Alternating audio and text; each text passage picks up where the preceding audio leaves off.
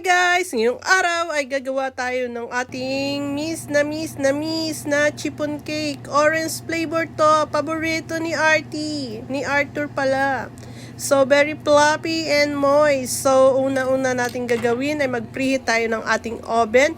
Don't forget para hindi ma-deform yung ating cake. So, ayan.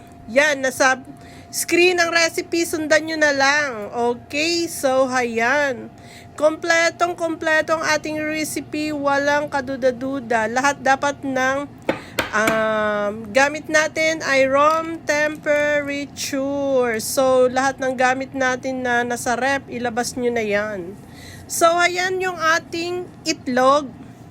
6 na itlog, medium size, room temperature. So, ayan. I-separate natin yung puti sa dilaw. Okay? So, kailangan wag nating lagyan ng dilaw yung ating puti. Kasi kapag nilagyan natin yan, ay mahihirapan na tayo mapabubbles yung ating puti. So, ganyan. Pero kapag may konti, okay lang. Wala namang problema yan. 6 yung ating itlog. Okay? So, tsaga-tsaga lang. And then, hayan. So, tapos na ang ating itlog. So, ayan. Kamusta po? Ang inyong araw ngayon ay sana okay sa alright naman. Dito sa amin ay okay lang. Wala namang problema. Malayo ang gera. So, ayan. I-mix natin ang ating egg white. So, ayan. Mix lang natin ng simulan natin sa mahina at pabilis ng pabilis yan. So, ganyan ang paggawa ng fluffy na chiffon cake. So, yung ating sugar ay 1/4 yan, white sugar. Then, unti-untiin lang natin ilagay habang siya ay nag-iikot-ikot dyan. So, ganyan nga. Ngayon, isunod natin yung ating 1 teaspoon na vinegar. Kung wala kayong vinegar ay cream of tartar. Pwedeng lemon ha, pwede. Tapos yan yung ating isang orange. Ay yung zest, gadgarin natin yan, yung zest. At isama rin natin at masarap yung zest na yan. Yan ang nagpapa-aroma sa ating orange cake. So ito ang ating egg yolk. So, 6 din yung egg yolk natin. Okay? So, yung i-mix-mix lang natin yon. At ayan yung ating orange. Kalahati lang yung ilalagay natin na ang tamis ng orange. Kaya ininom ko yung kalahati.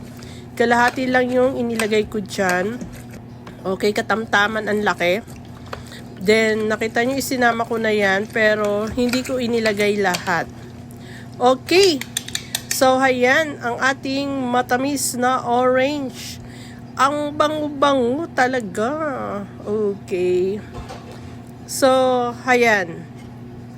And then, ilagay na natin yung ating orange dyan, yung ating balat.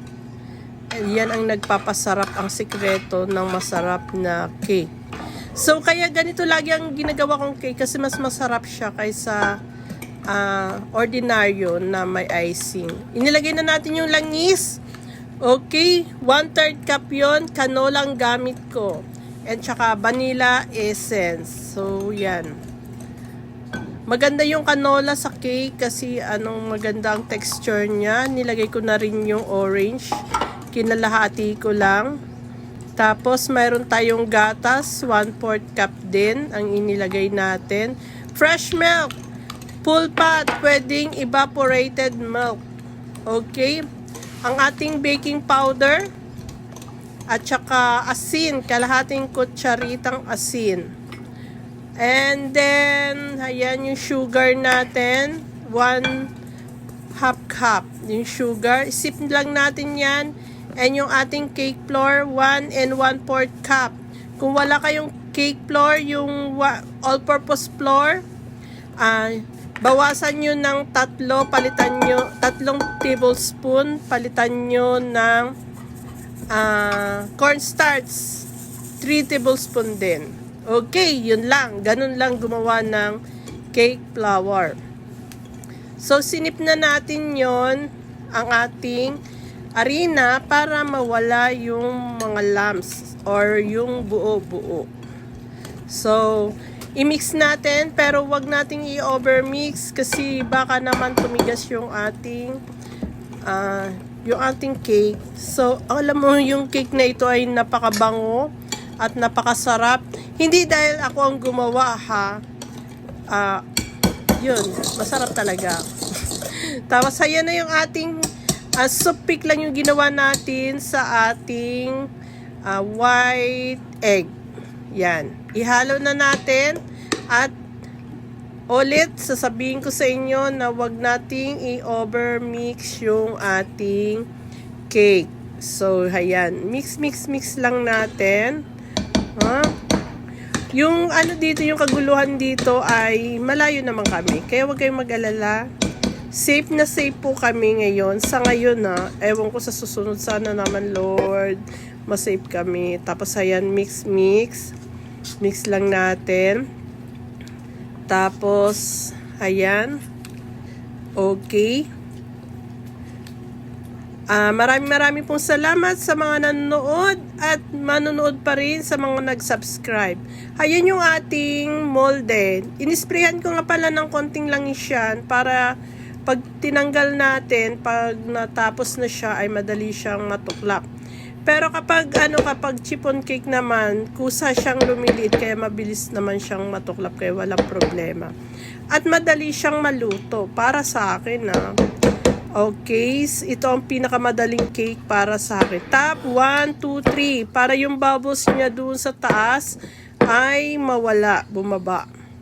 Then ayan sa atin, isalang na natin sa ating na-preheat na oven sa 40 minutes. Sure na sure, 40 minutes siya.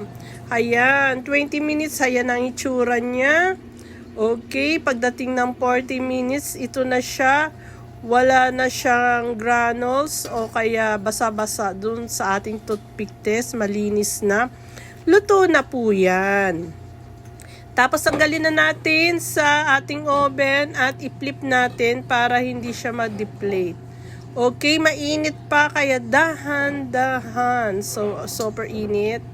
Ayan, itaob natin at hintayin nating lumamig. Okay? So, ayan, na-excite na ako at sinubukan kong iangat pero hindi pa siya natanggal agad. So, mamaya-maya after 5 minutes ay natanggal ko na rin yan. So, ayan. Ayaw pa.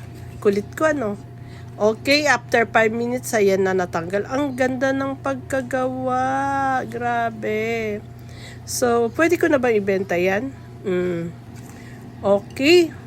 Dihiwa na tayo. Excited na.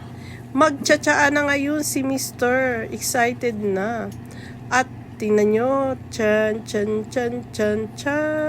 Ang ganda niya. Okay po. Thank you for watching. Sana may natutunan kayo sa araw na ito. And God bless you, mama. Stay safe po tayong lahat. I love you all.